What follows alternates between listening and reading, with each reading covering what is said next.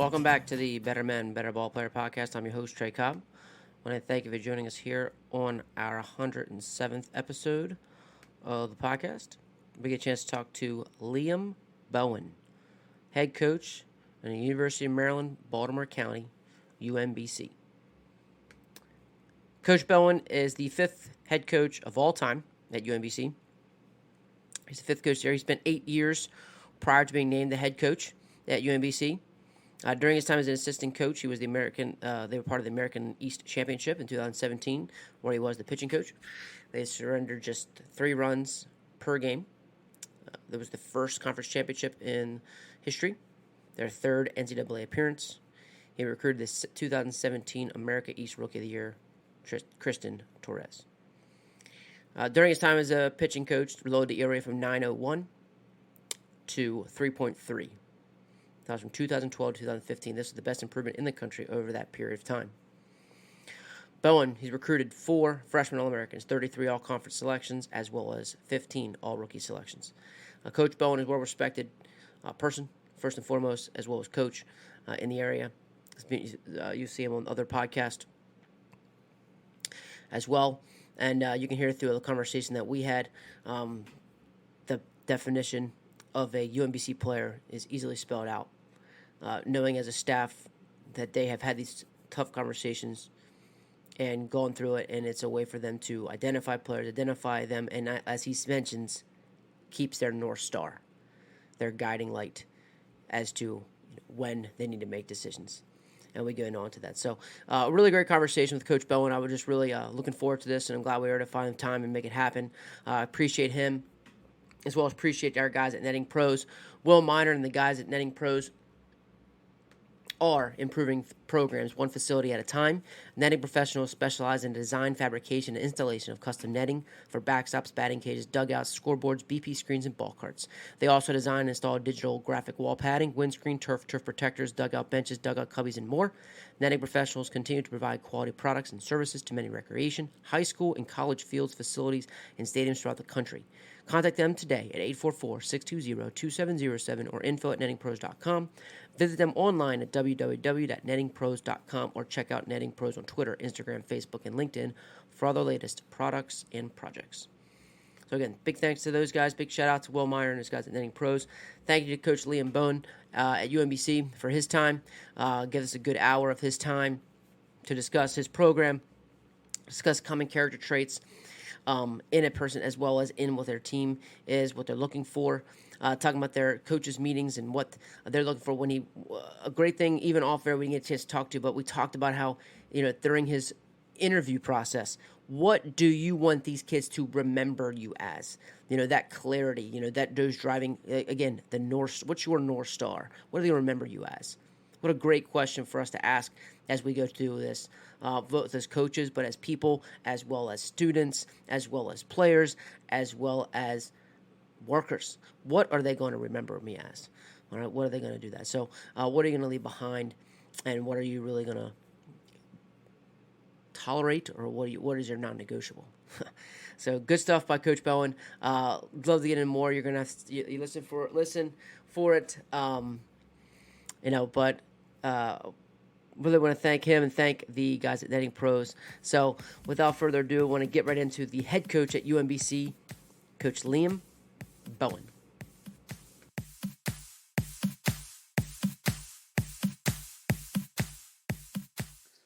No, that's a good way of putting it. I would say it's sort of like each guy that we would potentially be interested in the recruiting process has to go through a series of filters, right? Like you have to be a good enough baseball player first and foremost, and then among the guys who are good enough baseball players to play at our level, they have to fit a need on our roster, so that eliminates some more guys. And then you get into the academics and the character piece, right? So it's got to be an academic fit at UMBC. They've got to be a high level enough student. They have to be somebody that can succeed at our school and maybe has the course of study that they need, has an interest in some of the things where we're strong. And then they got to be people that we can trust with the opportunity to play at our place, which I value really, really highly. So that's another filter. and probably the most important one that they have to go through. So at the end of the process, you've looked at just dozens and dozens and dozens of guys to arrive at a recruiting class that might only have, 7, 8, 9, 10 guys in it. But I think if you go through that process correctly, you're going to end up with guys that you really believe in and that you can't wait to coach. And I think the school being so rigorous and being so well thought of academically, like that's part of it. You end up with guys who at our place who are really different than the average 18-year-old.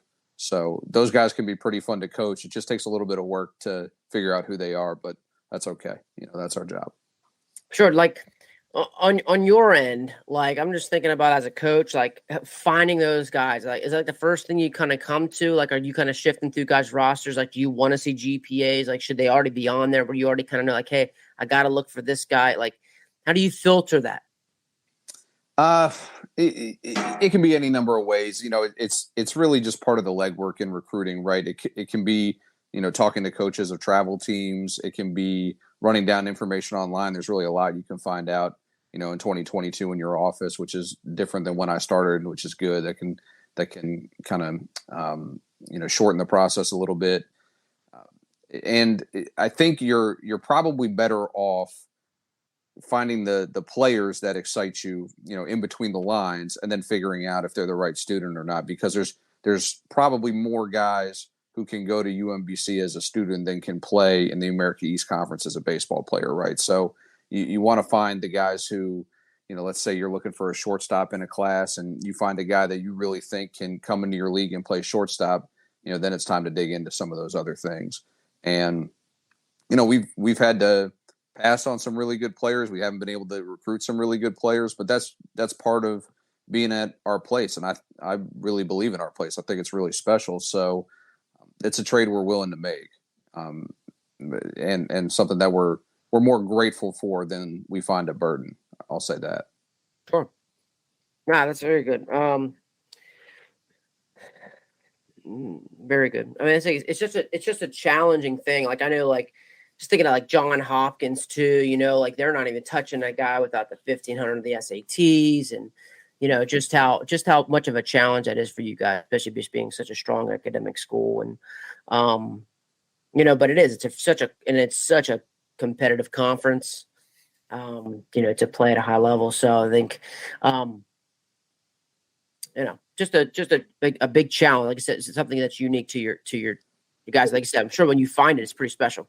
No, for sure. And one thing I would say about that, Trey, is like there's way more to being a D1 player than being really good at baseball, right? And that's what sometimes I think gets lost in this. And it could be a UMBC where the academic standards are pretty high. You mentioned Hopkins, and then there was, of course, like the Ivy League, the Patriot League, lots of good schools. But it could be any Division I school. Being a Division I player, it's obviously there's an ability component, but there's a reliability component. There's guys that are going to show up on time. Go to every class, take care of their business, just really solve the day-to-day stuff. There's a kind of a teammate component. There are guys who have Division I ability but won't get recruited because of the way they carry themselves with their teammates. There's a coachability component. The guy that's really curious and really wants to get to the end of his potential is going to be a D1 player before, a similar ability guy who doesn't have those traits. So, I don't think you can just watch a guy play one time or see a guy at a combine and be like, that's a D1 player and that guy isn't. There's a lot that goes into it. And if there's somebody out here, listening to this podcast that says, I want to play at the Division I level, like I would challenge them in those areas too, because that's a huge piece of it is the outside the line stuff. Oh, yeah. So take us through like one of the day in the life of player of a retriever. Okay. Yeah, sure. So just thinking of like you said, like the D1 player, there's a lot more to it. Like, so take us through yeah, definitely. So I'm a big believer that like anybody who's successful in anything, with few exceptions, is going to be good at executing a routine, like designing a routine, executing a routine. And our routine at UMBC, so I'll go through like a typical fall practice day. Our routine at UMBC is wake up, have a good breakfast, get to the weight room at 8 a.m., spend an hour with the strength coach from 8 a.m. to 9 a.m. If you're in our study hall program, which depends on your grades from the previous semester, that study hall starts at 9:15. If you don't have class, if you have class at that time, you go to class. Most of our guys are in class, anywhere from 9 to 2, different blocks during that time period. Obviously, they fit in lunch during then. And then early work starts for the pitchers at 1:45. It starts a little later for the position guys. It's mandatory for the pitchers. For the position guys, it's more by appointment. Just working with position coaches on different things. And then the team segment of practice is at 3. The pitchers are done after that. And the position guys usually go till about 5 o'clock. Everybody, gets away from the field. We try and run a really high tempo practice, where we're not, just, stretching the time out, shagging BP for an hour, but something where we're really, when we're together, we're getting a lot of work done that chases our goals. And then we try and be walking away from the field 5:30, and guys go get a good dinner, get 8 hours of sleep, and do it again. And the guy that can do that for 15 weeks in the fall, like that guy's going to develop, and that guy's going to be a really good America East baseball player and have a really good career at UMBC. And the guys that struggle with being consistent with that kind of routine, then their ability almost kind of doesn't matter, because they're going to get caught and passed, by the guys who are just stacking good days on good days. So yeah, that's the day in the life, man. Like it's nothing. Like I tell the guys, like, I'm not trying to trick them. It's a simple process. It's just not that easy. And we've seen some real growth with guys over the years who are able to do that well. And that was basically the spring, like, or are you saying like a fall? Well, it's right? It's the fall, but the spring's not crazy different. The only difference is, the lifts are a little bit different. Because we're preparing for competition. Practice is usually a little bit shorter, maybe 15 minutes or half an hour shorter, and then obviously we have game days. We have a bunch of those, so those days look a little bit different. But that's like, we try not to disrupt the routine too much. No matter what happens in our season, when we're home or on the road or whatever the case may be, we try and keep the guys, doing what they're used to, and basically give them a pattern that they can get really good at, right? Like we need to be masters of our routine. We don't need to just be okay at it. So if you're going to master something, I think you got to be consistent with it, and we try and make it as consistent as possible for the guys. Nice. No, that's great. How hard is it? Like, so I'm thinking about staffing wise. I know you said like earlier, that's like 1:45 with pitchers and all. Like, what's the challenge like within the staff to get guys that you're able to do, like, kind of as well as manage that, and I could say manage that schedule. So you're talking about the coaching staff? Yeah. Yeah, sure. So, obviously we have different guys that are, assigned different things. We have our hitting coach, Phil Disher, who also coaches our catchers.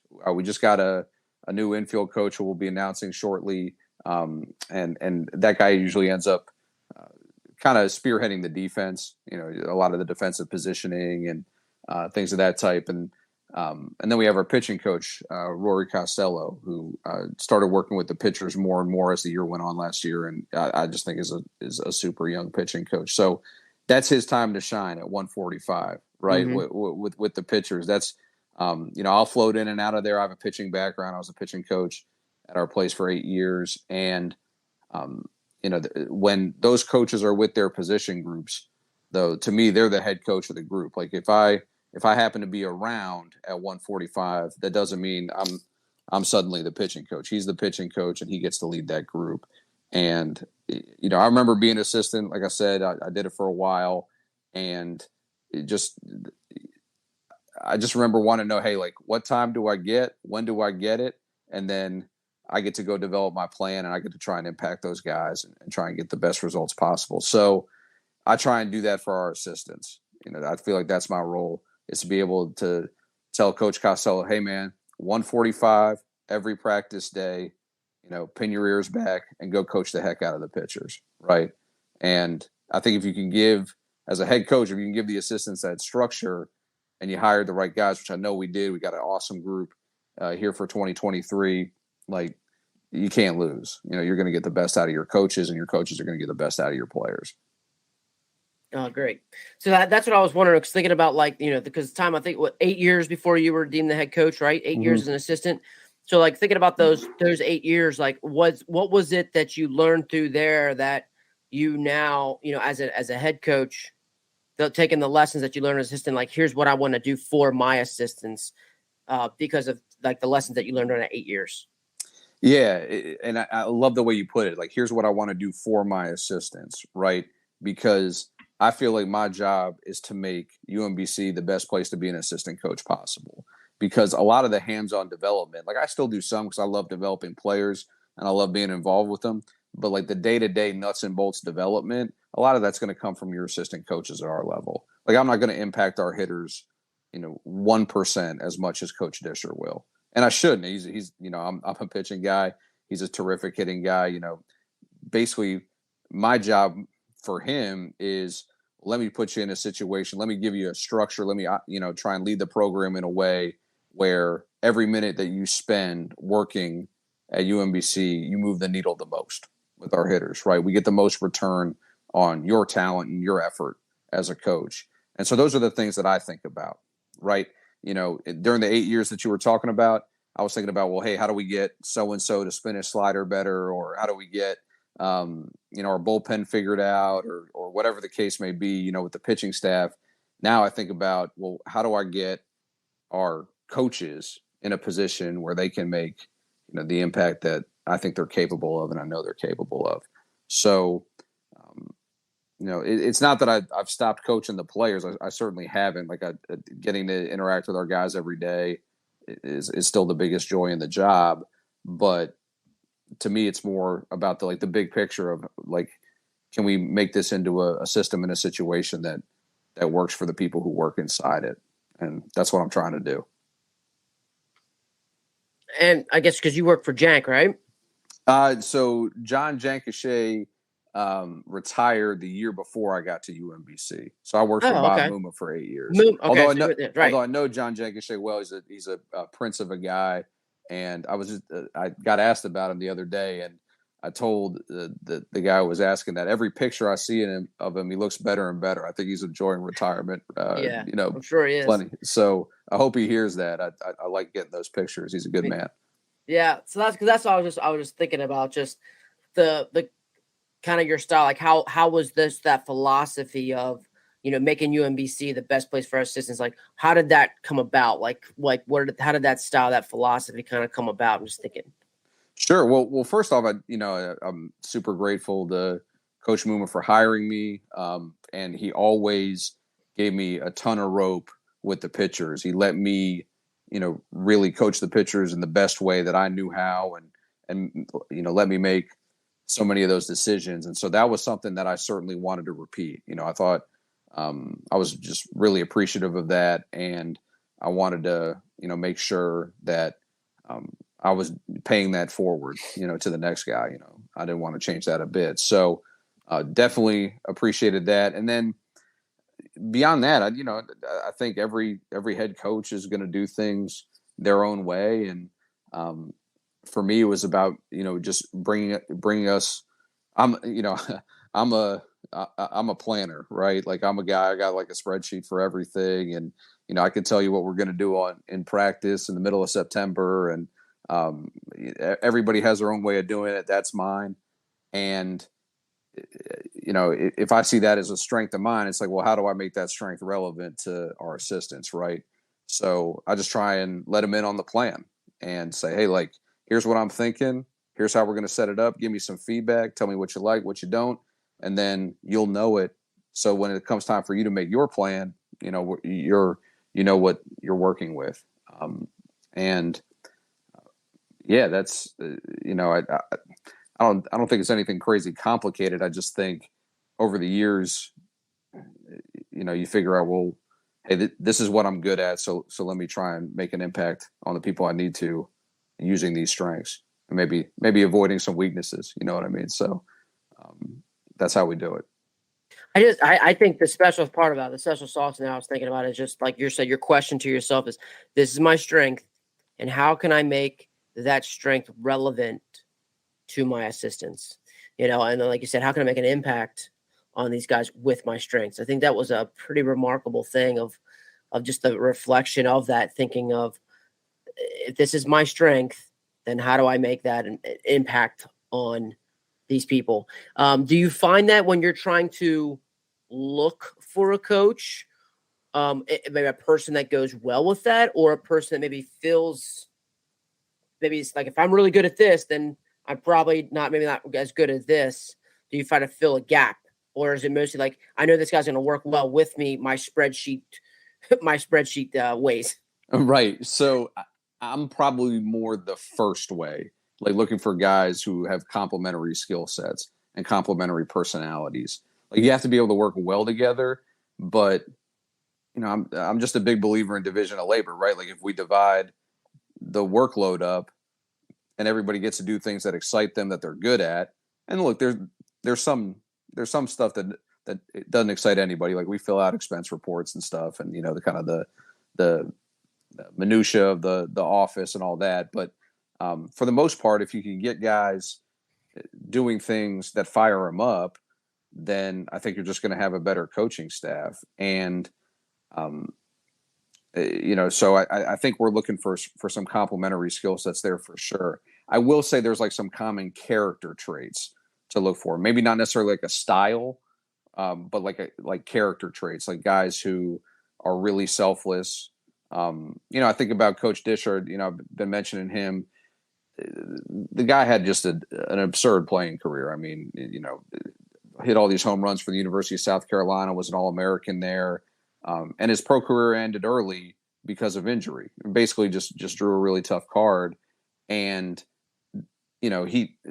the way that he's just, gotten past that and just made his life about his family and our players and pouring everything he can into them.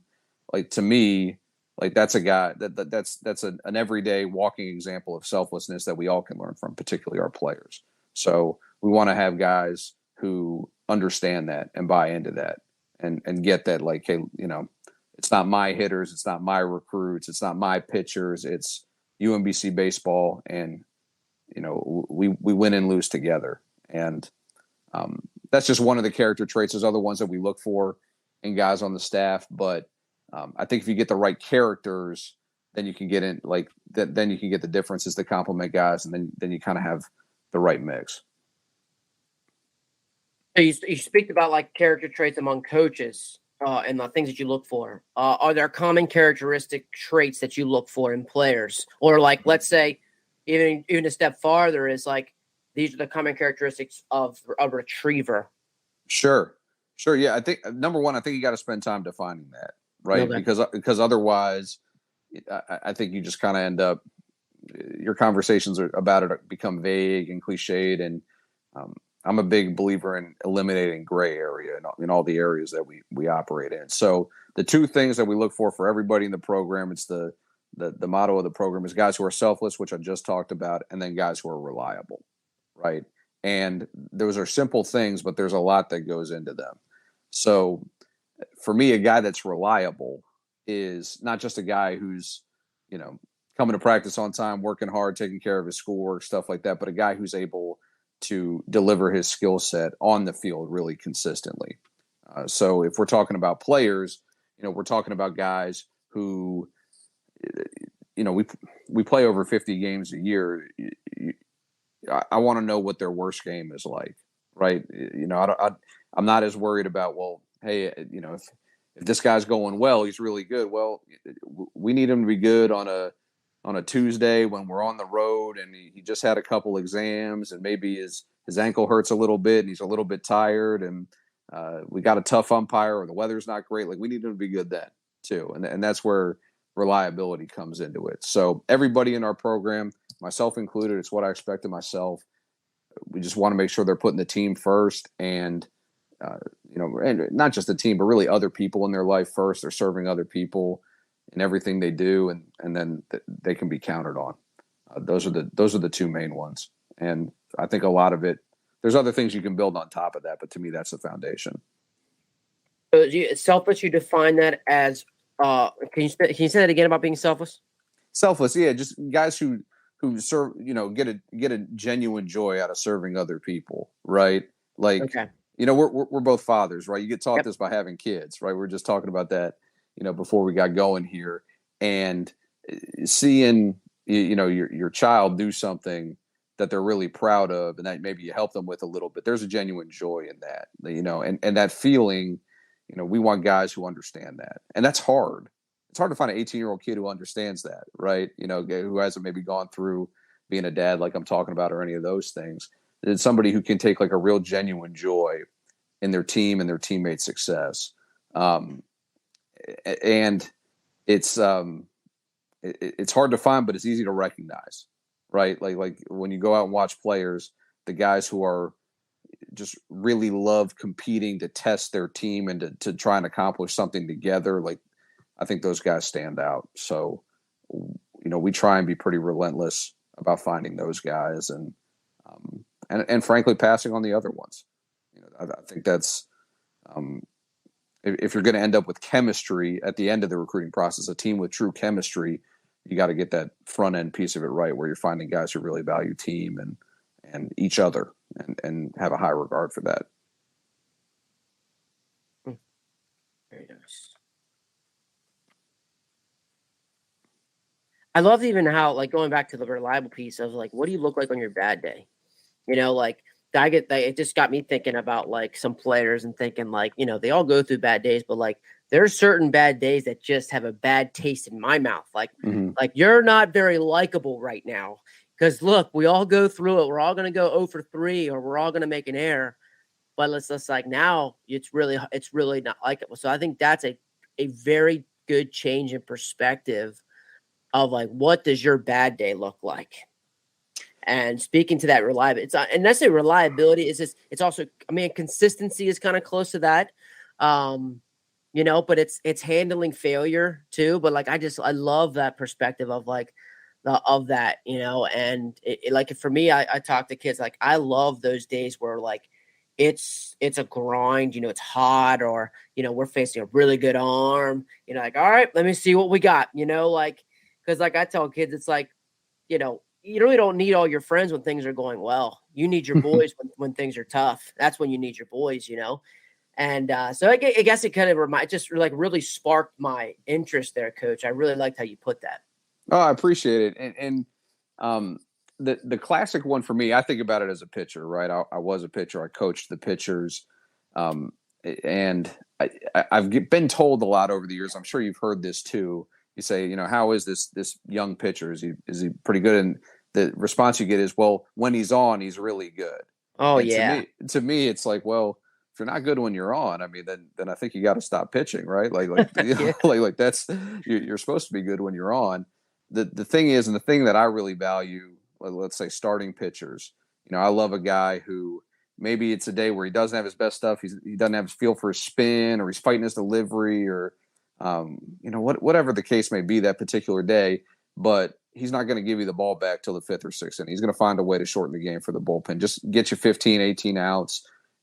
Clock through some hitters. He might get touched up a little bit, but he can find a way through innings. He can fight his way back to the dugout, and he can. And we go through, like, we do a seminar on this every year where I talk about, hey, like, we got 27 innings to fill up every weekend.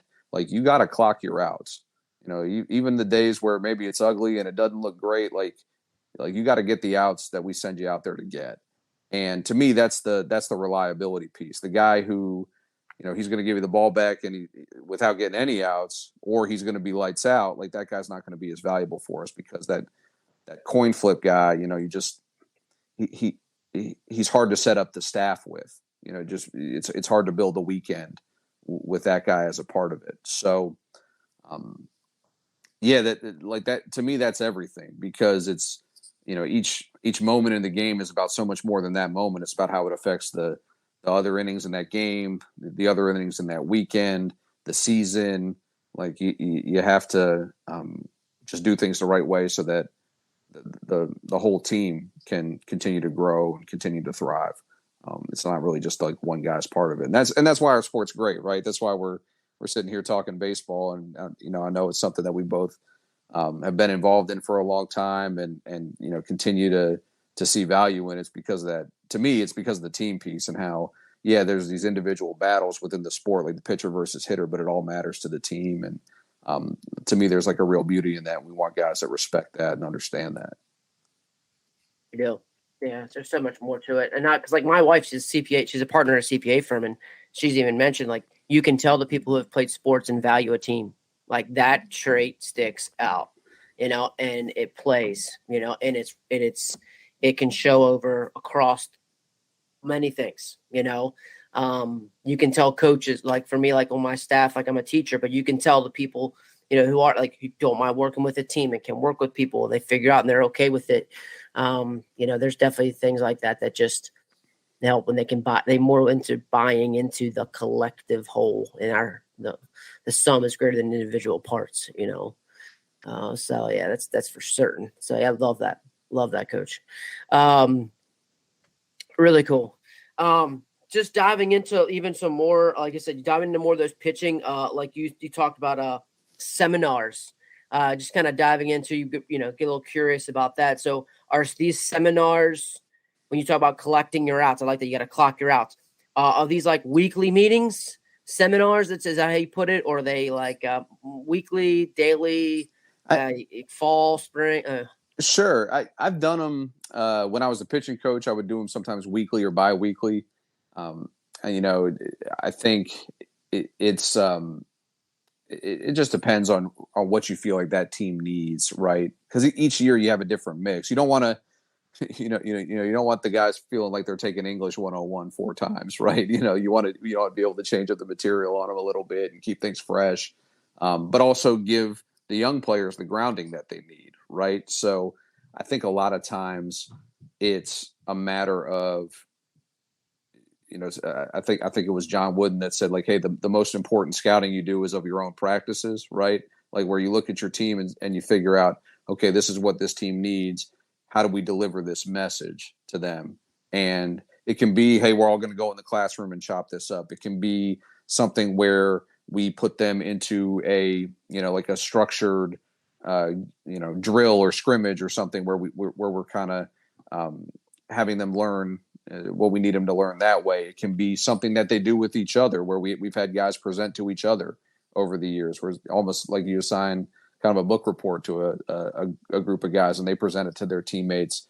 And that's really the fun of the job to me. Is each team's different, each player's different. Sometimes the messages are similar year to year, but you got to find a way to land it with that group inside their story, right? The way I think of it, Trey, is like, the message you're trying to land with your team, that's a chapter in a book. And like, you could write the best chapter going, but if you stick it in the wrong book, like, it's not going to make any sense.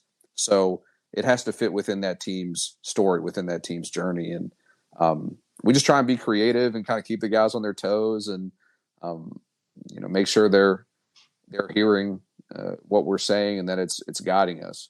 I think that's important. So when I was a pitching coach, like I said, I'm pretty regimented. I'm a planner. I was more like, hey, we're going to do this every week. And over the years, I've kind of gotten away from that a little bit, just to be more flexible and serve each team's needs. So your seminars then come as needed, is what you're saying? Yeah, as needed. It doesn't always have to be like a seminar, like a classroom setting or anything like that. It could be a minute before practice, where it's like, hey, look, this is just a quick message. Let's tell these guys a quick story. Let's, set their mindset before we get going here. It can be that, it's just like, you're a teacher. I know you understand this. Like, what do we need to learn and how do we need to learn it? It's as simple as that. But within that, there's so many possibilities. And it's just a matter of really observing things closely. And then for me, just continuing to talk to the coaching staff and asking those guys the right questions and getting their feedback and having our meetings and that whole process kind of feeds into it. So do each of these coaches, like the position coaches, will they have, like, could they have that seminar time to work with their people? Like if they needed, like, let's say pre-pitch routines for the infielders, or, hey, we're going to touch base about, routines, like, I give out like a flush routine or a reset routine, whatever you want to call it, Mm-hmm. does those people, are there do they have that freedom to do that? Do they within that time that they have? Oh, 100%. Yeah, I would expect that. Yeah. And I know that's what those guys do. One thing we've done over the years to kind of make sure we're creating that time is in the fall, and then sometimes in the spring too, like one practice a week, we'll just run it almost like individuals, where guys Okay. are coming in small groups, and your infield guy could say, "Hey, I want to make this point to my corner infielders," that I haven't. It's really specific. It's a little bit slower paced. I don't want to take away from the pace of practice, but I really want to slow down and make sure we land, this message or teach this the way that we need to. Well, we'll do that on the individual day. And, the guys will show up in shorts and get focused on learning that. And we can space out, the development that day to give the appropriate time to what we need to. So, that's a good day to, if you want to reshape a guy's breaking pitch or teach a guy to push bunt, or maybe a guy got a little bit faster over the offseason. Now we need to work on stealing second and reading pitchers. Yeah, I think you got to make.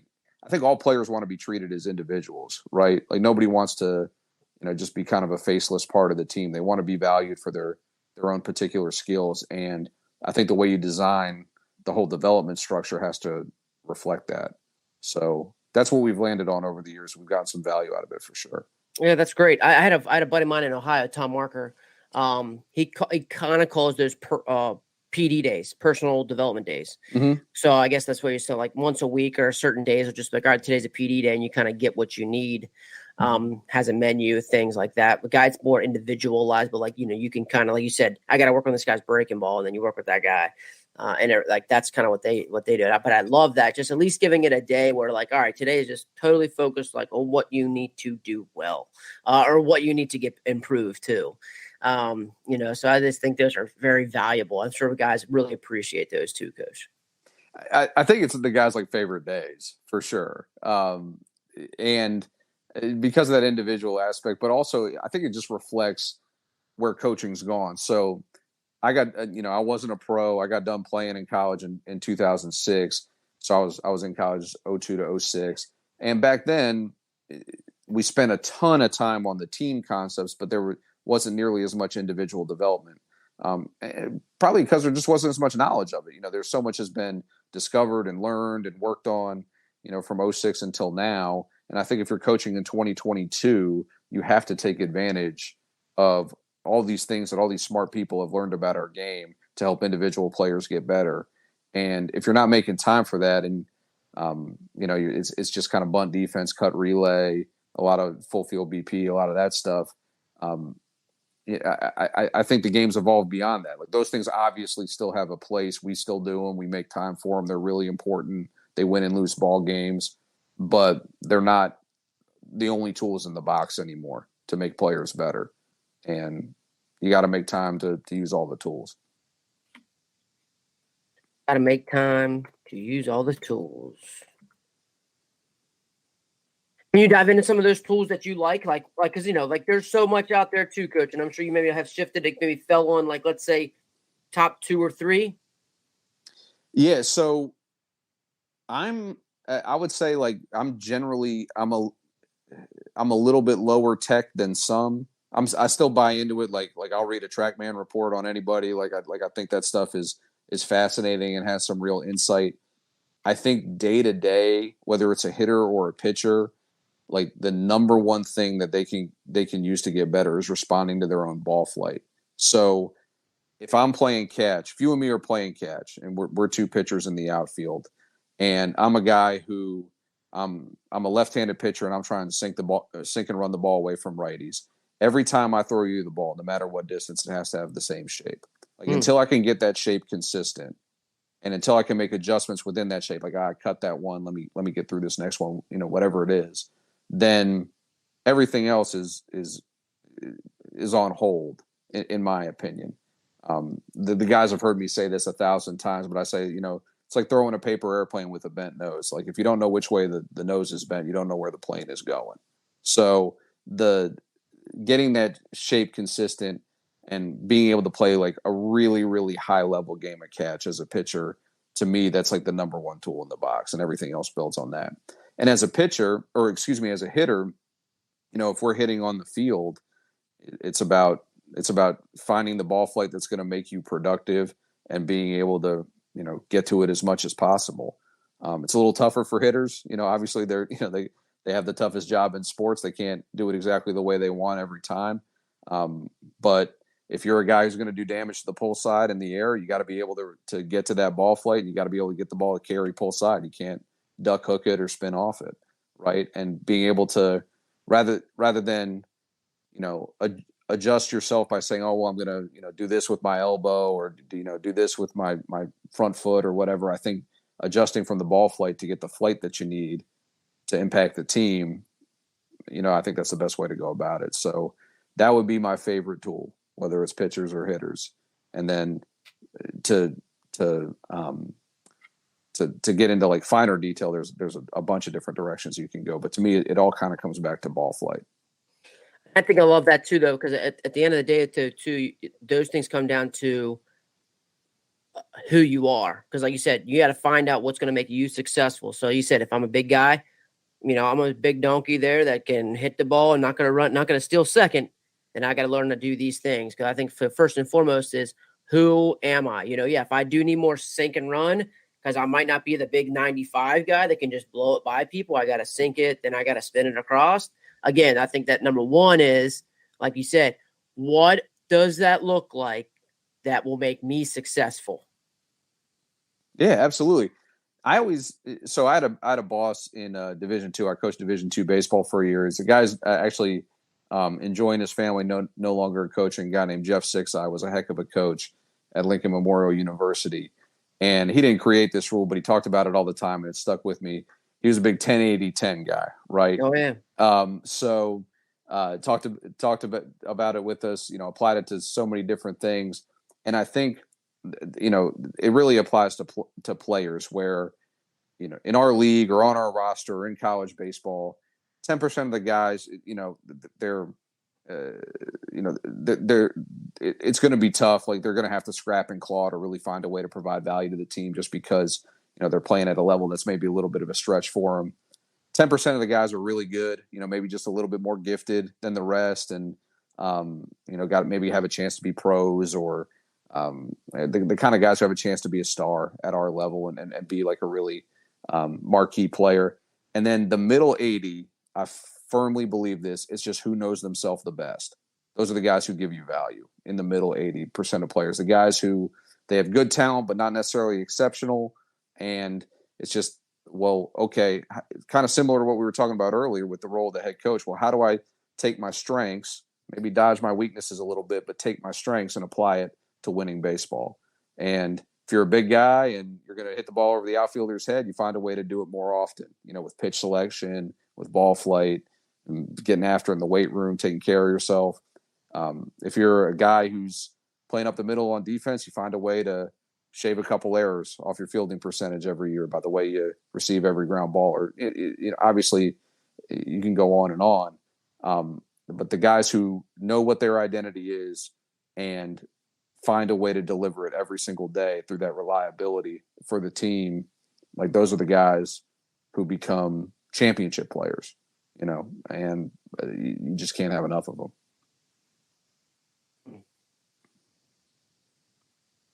I love that. He said, knowing your identity and find a way to deliver it every day through your reliability. Like, that's absolutely, like, know who you are, find a way to do it every day, and be consistent through reliability. Like, know your identity, find a way to be consistent with your identity. Yeah, and it's easy to say, hard to do, because step one for this middle 80% of players, I feel like, is you got to forgive yourself for not being part of that top 10. Yeah. Right? Like, not everybody's going to hit home runs, and not everybody's going to throw 95. Like, it's okay. Right. It's so easy, when you're a player. I was this way. You look at a guy, and I was never a hard thrower. You look at a guy falls out of bed, throws 94, and you think, geez, like, why can't I be that guy? Like, that's a human emotion. We've all felt that. But you got to look yourself in the mirror and say, okay, well, that's not me. I want to help our team win. What can I do? What's within my skill set that can give us value? And, it takes a certain self-awareness. It takes a certain humility, and it takes kind of getting over beating yourself up for maybe not being like the all-world guy who could do everything he wanted to on a field like that.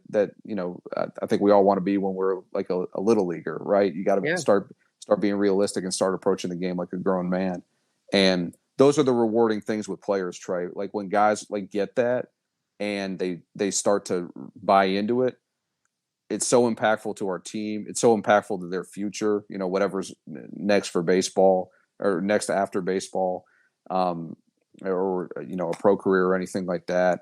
To me, that's the light bulb we're trying to flip on with each guy. If I can pick one thing, is just figuring out how to take, what you can do and apply it to team success. Simple as that. Yeah, it's good. I think that's a great battle. Like, if there's one thing that you're going to work on, I'm going to help you learn who you are and a way to deliver it reliably. That's pretty awesome. Yeah. Well, like you said, and it's so impactful, like you said, even to our team, but it's impactful for their life. Like you said, to let yourself be okay with the limits that you have and knowing who you are. Like, I mean, how many people beyond baseball need to do that?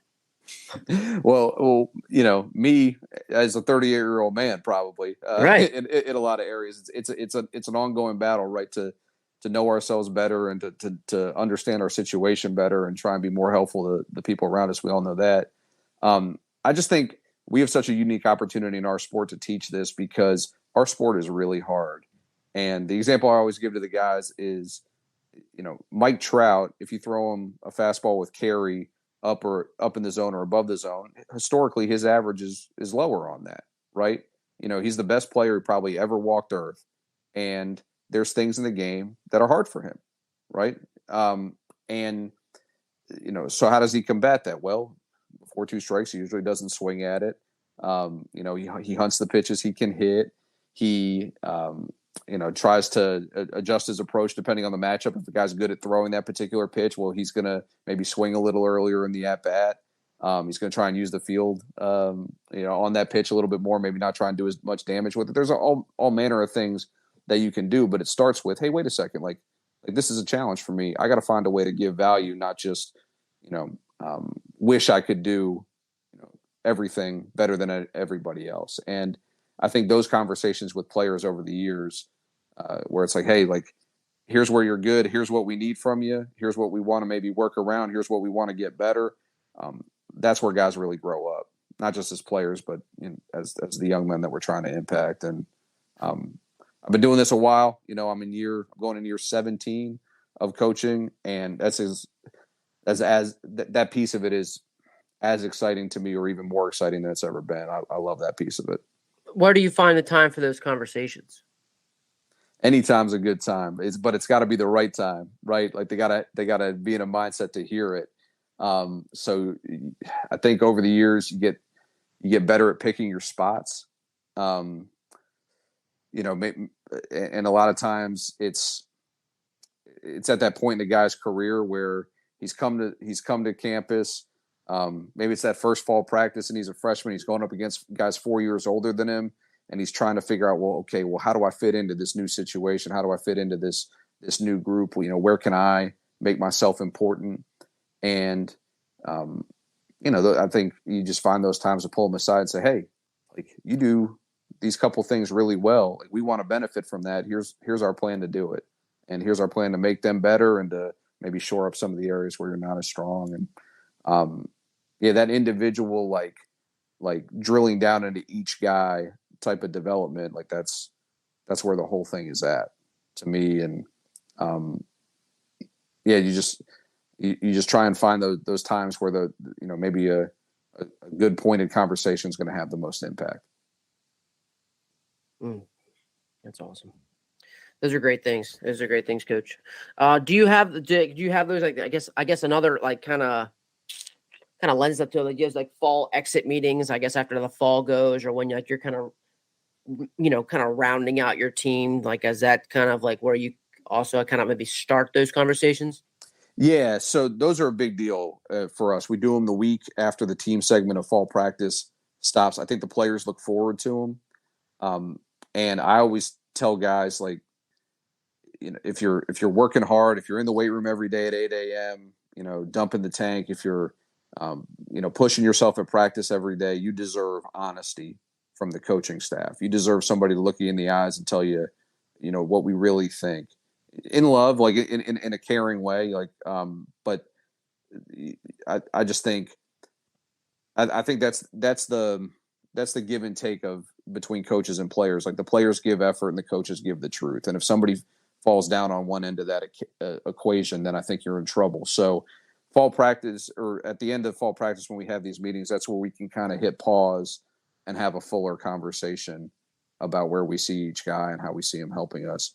And then we use those conversations to focus the individual period, where we're constrained by the NCAA with how many hours we can spend with them, but we're able to do it in smaller groups. And, if we bring a guy in, we say, hey, look, we liked your fastball command. We got to land the breaking ball more often. We got to hold runners better. Well, we're going to spend the individual period, repeating the breaking ball and in some constraints that are going to get them either quicker to home plate or more feel for the running game or whatever that particular guy needs.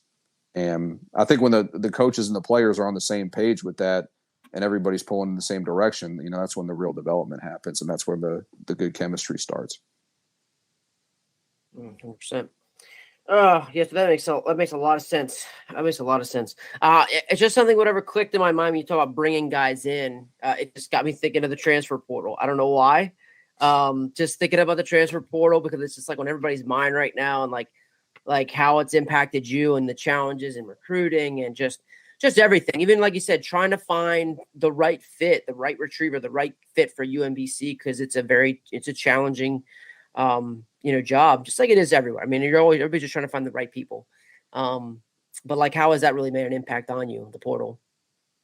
Well, it's been an interesting time, these past couple of years, obviously, not just with the portal, but obviously with COVID and the restrictions we had on a couple different seasons and the extended eligibility that guys got through that. So now you have grad transfers and fifth year seniors. We'll use any available avenue to try and make our team better. Like, if we feel like a guy's the right guy and we can find a way to get him on our roster, we're not particular about like one way or another. I will say, to get to the point where we feel like a guy's the right guy for our roster, that takes time. And the transfer portal can be a really compressed process, right? Like, it can be something that turns around really quickly. And I think that becomes a challenge to make sure you're doing the due diligence that you need to.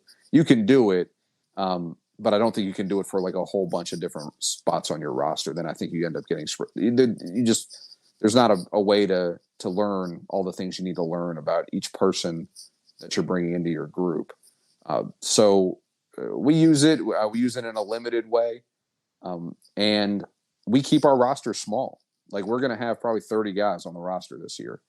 And all these things that I've been saying about development, like, I think they're only true. I'm only really being honest if we can keep the roster tight and we can, make an impact on each guy. I think if I was having this conversation with you and then we turned around and we had 50 plus guys on the fall roster, then to me, that would be out of sync. Like, you wouldn't be able to truly develop guys on an individual basis with all those guys. So, by keeping a smaller roster, by doing our due diligence on each guy, I think, we've been able to not have to do too much with the transfer portal and to gain some consistency and some stability on our roster. And I just really believe over time that continuity, you're gonna benefit from it as a program, and the players are going to benefit from it too. So. I'm not against guys going to school where they want to go to school. Like, I think they should have that option. I'm for that. So it's not a development I'm necessarily bitter about. It's just something that I think should always be like a small part of our program rather than something where we're bringing in a lot of guys and part of kind of shuttling guys around in these bigger rosters. That's not something that I would support at our place. Sure. No, it's great. I mean, it's just always nice to just hear like where people at, because it's a very real thing that, again, educate. It's pretty new for the most part. So the more Mhm. that we can get educated on it about it, in like your perspective of things, it's great. Like it's just, again, this is all just for education, helping guys grow. Like you said prior to, like, that's what we're all really trying to do here. We're trying to grow. Sure. So like that's just for me. It's even just to grow my knowledge of the portal and where everybody's at, and kind of what everybody's kind of feelings are and what they're going about it. So it's just, you can definitely tell being through from the selfless, the reliable, the continuity, making an impact, smaller rosters, like you're about that. You can, and I think that just speaks volume, and it's great, because just like you said, people need to be who they are, and we're all just trying to find our ways, and you have your ways, and it's great, and they show through. Oh, I appreciate that. And look at when the portal came about and extended eligibility came about, like it took some sort of thinking it over and processing it and figuring out, like, well, how are we going to respond to this new environment? And I'm a big believer, Trey, like, you can't predict the future, right? Like, I don't know what's going to happen to our team. I just know that we're going to be selfless and reliable, right? So, like, whatever comes down the pike, that's going to be our North Star. And the more I thought about this new landscape with recruiting, the more I felt like, well, we still need to be true to those values, and those values mandate that we keep a smaller roster, that we don't become, a place with a ton of, like an undue amount of turnover. We want that stability on our team, and that's what we want to work towards. We'll always take a guy who's a championship player and a top level character if we can get them on our roster. We're always in the business of acquiring those guys, but they have to fit into the overall plan and the values of the program.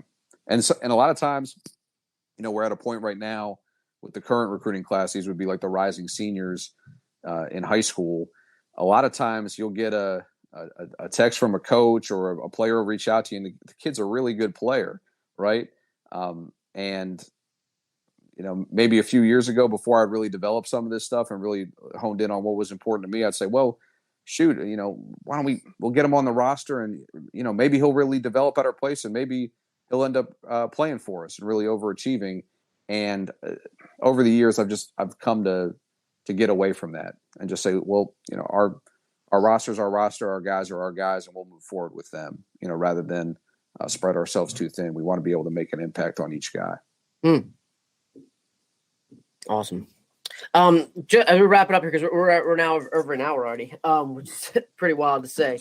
I'm just wondering, is there anything maybe we haven't touched on that you felt that you really want to touch more about UMBC and what is about your program?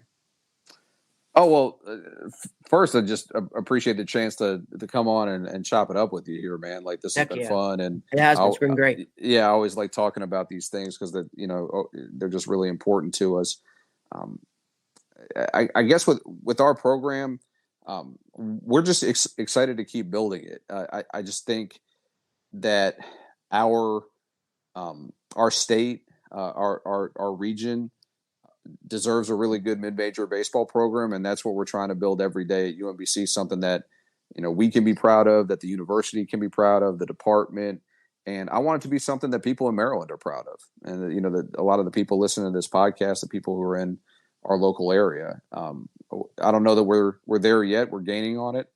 I think we made some strides last year. I think we got a chance to make some really big strides this coming year. But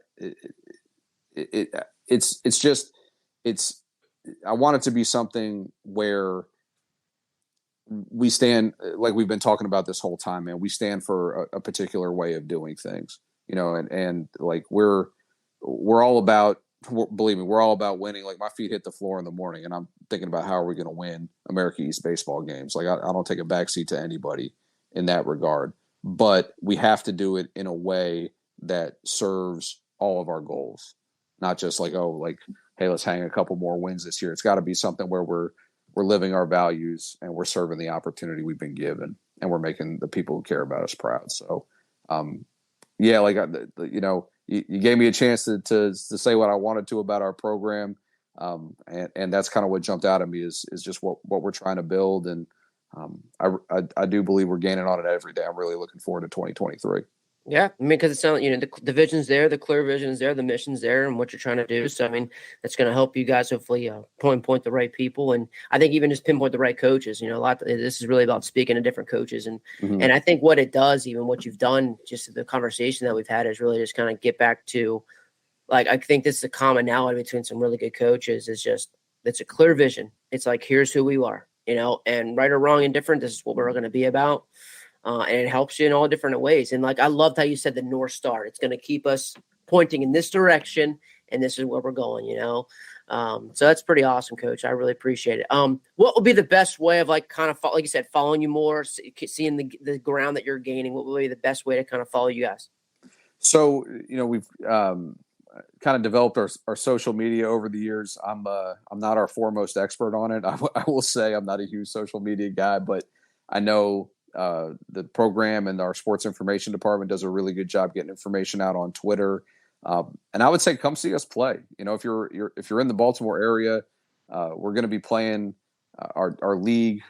Recently started playing the traditional Friday, Saturday, Sunday schedule. I think a lot of these Friday night games are going to be a blast at our place. We just completed we're in the very final stages of completing a $5 million renovation around all the outdoor athletic facilities. It's going to make it a really nice place to watch ball games.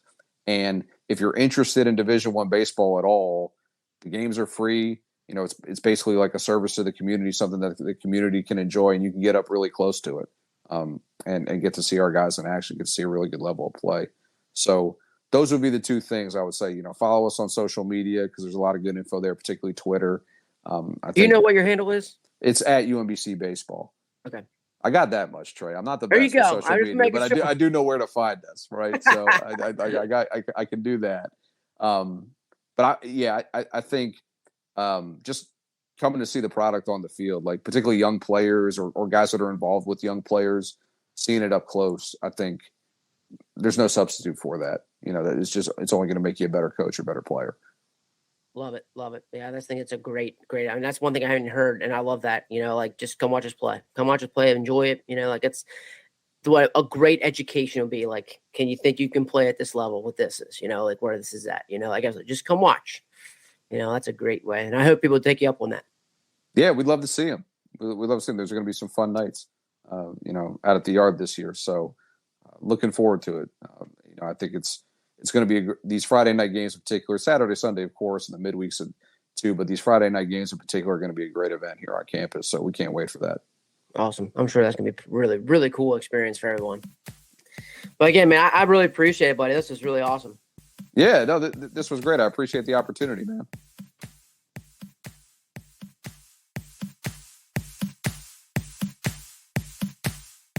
Coach Liam Bowen from UMBC, just giving us a great information about his program, about how they're making decisions. I just love all the questions. Honestly, like, what stuck out to me a lot of time was just how many questions that he did ask. So I just felt like those are the kind of things that go through his mind and kind of like decision making and process that he has, the amount of questions.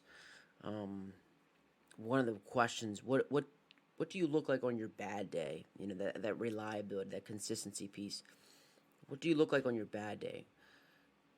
Can you find joy in your team and your teammates' success? I just find myself in so many different questions that he asked. How can I take my strengths into winning baseball and helping the team? Those really stuck out to me. What are the players going to remember you about? How are you going to respond to this new environment? These are questions that I loved as I'm taking notes and thinking about it, looking back through it. Like, that was definitely something that stuck out to me that was pretty unique about this, was the amount of questions that he asks. And really thought that was really neat. The 10-80-10 principle, I've also heard that in terms of 10-80-10 is like, 10-80-10 principle is also like you have positive leaders, you have negative leaders. Those are your 10%, and the 80% is how you're going to get drawn to that. And Coach Bowen's problem, the way he described it was the 10-80-10 was The 10% is just going to scrap. It's kind of a little bit ahead of their time. The game's a little bit maybe ahead of them or fast for them. They got to scrap. They got to work. They got to fight. And there's 10% that are just really good. They can wake up and get 3 hits. They can wake up, make a dive and play. And there's 80% that they know who they are. They know themselves the best. And they're going to be able to try to use those strengths to build the team. Very interesting concept about this, reality when you're putting those teams together and what you have. So I thought that was a pretty interesting concept as well. Again, if you're not wanting to follow them, what a great thing to do is go and check those guys out. League play starts Friday to Sunday. I'm sure you reach out to those guys about coming in, looking at their work, seeing how they do, see how they run their business. I'm sure that's Coach Bowen probably having the problem there. Again, follow them on Twitter at UMBC Baseball. At UMBC Baseball. It's a great place to see what they're going. Of course, you can always check their school website out as well. So, again, I want to thank you guys for joining us. Coach Bowen, can't thank you enough, man, for all the great stuff that you've given us and the time that you gave us to help us get better. So, and again, thanks to our Netting Pros guys, our sponsors. Netting Pros will monitor those guys. Do it right. Check them out. Make sure you're following them and use them for any needs that you might. So, appreciate you guys hanging on. It was always a great time. And until next week, keep getting better.